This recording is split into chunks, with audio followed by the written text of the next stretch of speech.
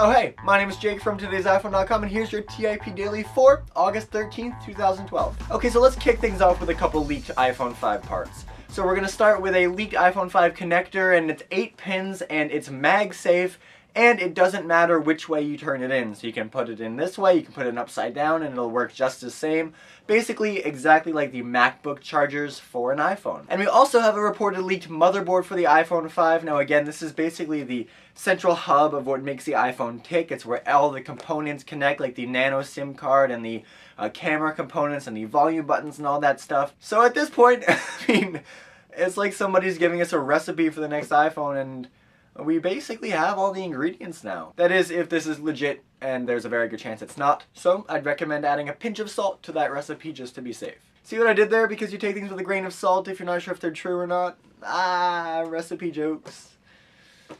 Alright, now speaking of the iPhone 5, we have a couple launch day rumors as well. First, the guys over at BGR have claimed that 2 trusted sources have let them know that AT&T is gearing up for an enormous product launch at the end of September, which certainly lines up with the September 21st launch date rumors for the next generation iPhone.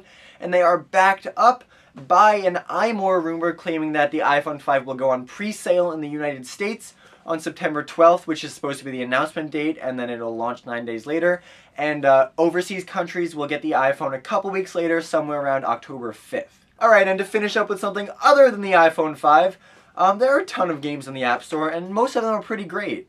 But sometimes you just can't beat the classics. That's why NES ROMs and emulators and stuff are so popular on basically every platform, whether it's Windows or Mac or Android or even iOS if you're jailbroken.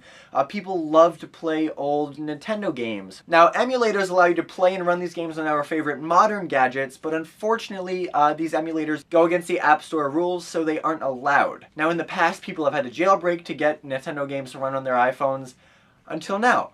There is an HTML website out there that's totally free that you just have to go to it on your iPhone via Safari, and you can play over 100 old Nintendo games without downloading or jailbreaking anything. The one downside is that it does take a long time to load some of these games, just because, you know, you're loading them through the internet as you play them, which has its downfalls. But if you're interested in these classic games, or if you want to just check out something new and old, definitely check out this website on your iPhone. Okay, well that's all the big news for today, guys. Thank you very much for watching. Before I go, I'm going to leave you with a question of the day, and that is, are you planning on pre-ordering the iPhone 5? Or are you going to wait for it to be out a couple weeks, skip the lines and the pressure of pre-ordering and getting through the servers, and, you know, wait to see a couple reviews before you make your decision?